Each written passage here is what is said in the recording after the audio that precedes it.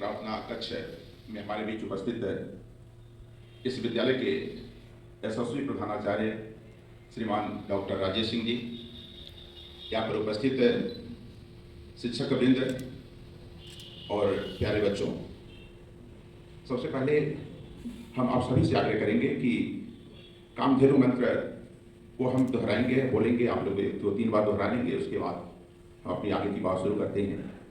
ओम सुरभ्ये नमः।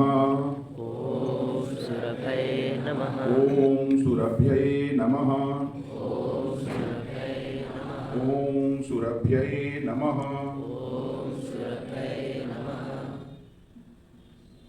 आज इस कार्यक्रम के संयोजक कह सकते हैं आचार्य शंभू जी से मेरी बात हुई थी, और आज जो कार्यक्रम है जिस निमित्त हम लोग यहाँ पर बैठे हैं, उसमें एक बात मेरे सामने बार बार आ रही थी, दिमाग में आ रहा था। और मेरा एक मित्र जो एमडी का छात्र था, अभी कुछ ही दिन पहले आप सुने होंगे मेडिकल कॉलेज में, वह हार्ट की गति रुक जाने से वह वो लोकवासी हो गया। हम सभी उस समय साथ में ही थे। तो विषय ये मेरे सामने बार बार गूंजता रहा कि अगर हम जैसे लोग जो इतनी लंबी मेडिकल की पढ़ाई करने के बाद अपने मित्र को नहीं बचा पा रहे हैं। आप आए दिन सुनते हैं कि कोई लड़का क्रिकेट खेल रहा था और उसी समय उसकी हृदय गति रुक गई। कभी यह सुना जाता है कि कोई लड़का जिम में एक्सरसाइज कर रहा है, उसी में हृदय गति रुक गई। तो इस विषय को लेकर के मेरे दिमाग में रहा कि कुछ सोचा जाए, कुछ समझा जाए।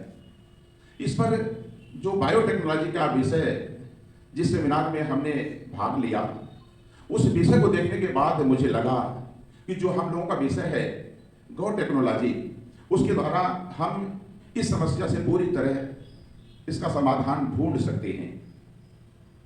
सज्जनों, अगर हम अपने प्रभु की बात करें कि भगवान राम और भगवान कृष्ण दोनों का अगर जीवन देखते हैं, तो आज चूंकि हमें मैक्सिमम आधे घंटे में अपनी बात समाप्त करनी है, तो बहुत ही सूक्ष्म में ही, संक्षिप्त में ही अपनी बात रखेंगे।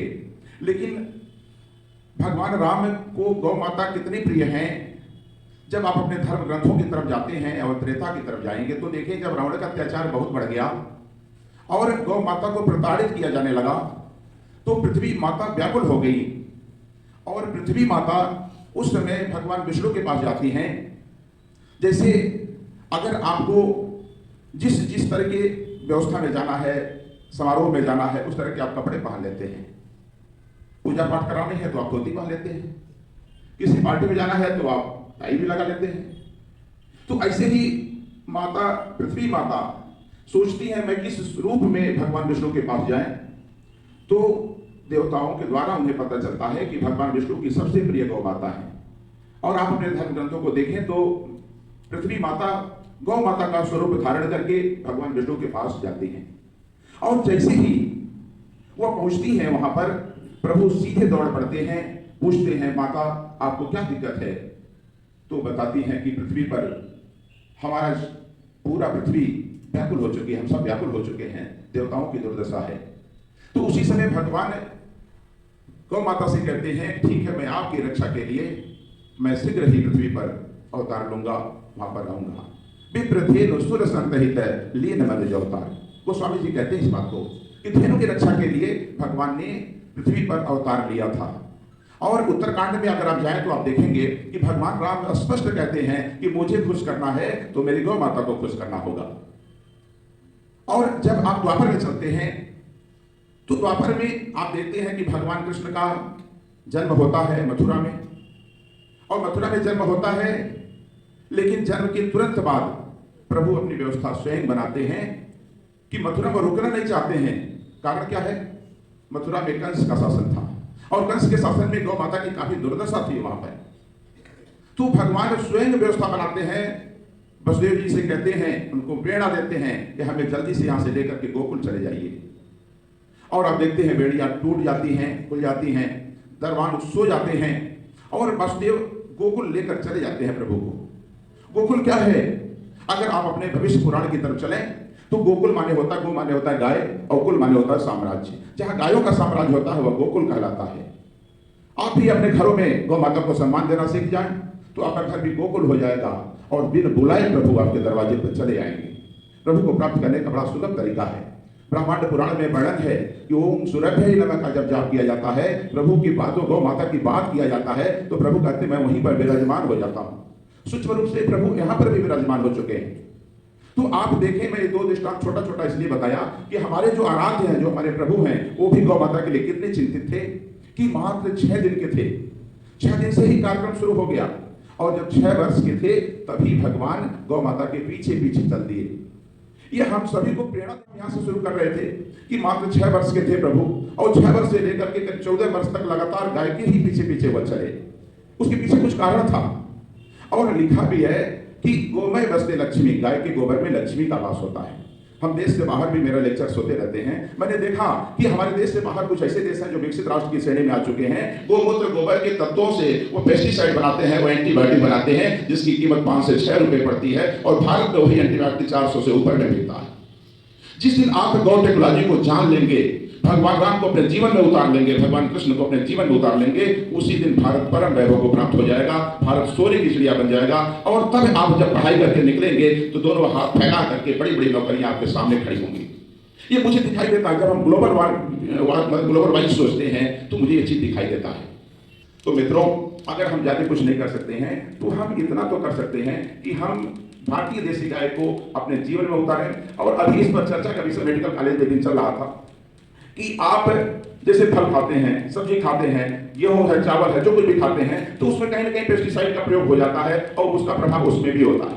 पूरी दुनिया में केवल देसी गाय ही एक ऐसी गाय है कि जो खाती है जहर, वो जो भी उसको चारा खिलाते हैं, जो भी खिलाते हैं, उसमें अगर पॉइजनस चीजें हैं भी तो वो जो दूध देती है, जो उसका गोमूत्र होता है, जो उसका गोबर होता है, उसमें वह जहरीली सामान पहले ही वह छन जाता है और छनने के बाद वह अमृत रूपी चीज वो बाहर निकलता है। एक बहुत बड़ी फैक्ट्री है हमारी देसी गाय, जिसके माध्यम से हम सारी चीजों को आसानी से प्राप्त कर सकते हैं। तो जब हमारे कार्डियक प्रॉब्लम पर यह रिसर्च हुआ तो ये विषय सामने आया कि अगर हम अपने जीवन में हम पंचर, जिसका शिव शास्त्र में वर्णन है, भगवान शंकर माता पार्वती के बीच में एक संवाद है। शिव शास्त्र किताब आज हमारे देश में नहीं पाई जा रही, लेकिन शिव शास्त्र में बहुत स्पष्ट वर्णन है कि अगर हम गोमूत्र में अजवाइन, जीरा, जायफल और तुलसी का पत्ता डाल दें, ये चारों कंटेंट को डाल दें गोमूत्र में, अजवाइन, जीरा, जायफल और तुलसी का पत्ता डाल दें और उसका डिस्टिलेशन करें, आसवन करें, तो उससे जो आसवन से जो हमारा सोल्यूशन वो बाहर निकलता है, तो वह अगर आप पिए तो यह प्रूव हो चुका है कि कोई गंभीर बीमारी आपको हो ही नहीं सकती है, पूरे बॉडी को प्योरीफाई कर देता है, जिसे पंचर कहते हैं। इस पंचर को हमारा इंटर का लड़का जो डिस्टिलेशन थोड़ा बहुत जानता है वो बना सकता है। फिर मैं सोचता हूं कि हमारे देश में क्यों नहीं बन रहा है। और जब कार्डियक प्रॉब्लम की बात बताएं कि कार्डियक प्रॉब्लम जो आज बहुत तेजी से फैल रहा है, उसके पीछे जो हम जर्सी गाय का दूध पी रहे हैं, जो जर्सी गाय का दूध पीते हैं, इससे 3 समस्याएं तुरंत आती है हमारे सामने। इसलिए हम इस बात को आपसे कहना चाहेंगे कि आप अपने जीवन में गौ टेक्नोलॉजी को जरूर जीवन में अप्लाई करें। और आज मेरे लेक्चर का यही उद्देश्य है कि छोटे छोटे प्रयोग को आप जान लें। बड़े प्रयोग आप नहीं कर सकते हैं, लेकिन छोटे छोटे प्रयोगों को जानना बहुत जरूरी है। इसलिए भगवान ने बहुत स्पष्ट कहा था, और यही गोरखपुर में एक रामसूरदास जी महाराज हुए हैं। गीता प्रेस में उनकी लिखी किताबें बहुत सारी चलती हैं। रामसूरदास जी ने लिखा कि उनका समीक्षा किया है भगवान का, लिखे अवधपुरी सब प्रिय नहीं को। इस चौपाई को जब रामसूरदास जी महाराज उसका वर्णन करते हैं कि अवधपुरी सब प्रिय नहीं को, यह प्रसंग जाना ही को, तो उसका वर्णन किए हैं कि अवधपुरी मान क्या है। अवधपुरी किसको कहते हैं? अवध, जहां पर किसी का वध न हो रहा हो, जहां पर किसी को पीड़ा नहीं दिया जा रहा हो, वह अवधपुरी है, वही अयोध्या है। अगर आप अपने घरों को भी इस स्वरूप में लाते हैं तो आपका घर भी अवधपुरी हो जाता है, ये रामसूरदास जी महाराज कहते हैं, और वह घर आपका अयोध्या हो जाता है। तो अगर अपने घर को आप अयोध्या बनाना चाहते हैं तो आपको कम से कम गौ माता का जो प्रताड़ित गौ माता को किया जा रहा है इस देश में, मैं क्या बताऊं, मैं तो अक्सर जाता रहता हूं, ऐसे ऐसे कब्र खाने हैं यहाँ पर जहां पर देख करके आपका दिल दह जाएगा। इसलिए जब आप गौ टेक्नोलॉजी का प्रयोग करने लगेंगे, मैंने यही बताया कि जब गौमूत्र गोबर का कास्ट बढ़ जाएगा तो कहना नहीं पड़ेगा, हर आदमी उसको दामाद की तरह अपने घर में पालेगा। इसीलिए मैंने गौ टेक्नोलॉजी को गोबर भारत में डेवलप करने के लिए पूरा प्रयास कर रहा हूँ, और जिस दिन डेवलप हो गया उस दिन गौमूत्र कम से कम 200 रुपए लीटर बिकेगा और गोबर का दाम कम से कम 20 से 25 रुपया किलो होगा। इसलिए उस समय आप जब पढ़ाई करके निकलेंगे तो आपका डिमांड होगा। विवेकानंद क्या कहते कि आप टेक्नोलॉजी डेवलप करिए। बार बार विवेकानंद ने इस बात को कहा कि जब भारत में टेक्नोलॉजी डेवलप हो जाएगी तब हमारा डिमांड बढ़ेगा। शायद उनका मन इसी तरफ रहा होगा। और आप इस बात को भी जाने कि आप अगर करना चाहेंगे तो कार्य कर भी सकते हैं, क्योंकि स्वामी विवेकानंद ने एक लाइन कहा था कि all power is with in you, you can do anything and everything. आप दुनिया का कोई कार्य कर सकते हैं, आप कोई असंभव नहीं है। इसलिए आप इस बात को जानें कि आपके अंदर प्रभु ने बहुत बड़ी शक्ति दिया है। उस शक्ति को आप पहचानने का कार्य करें। जिस दिन उस शक्ति को पहचान लेंगे, आपका देश विकासशील वाला विशेषण समाप्त हो जाएगा और उसके बाद विकसित का विशेषण हो जाएगा, ऐसा मुझे पूरा विश्वास है। तो आप सभी समझें कि आज जो हम कुछ बता रहे हैं, प्रधानाचार्य जी हैं, संभव जी हैं और बहुत सारे आचार्य जी हैं। आपको कहीं कोई दिक्कत हो तो आप हमारे हॉस्पिटल में आ सकते हैं।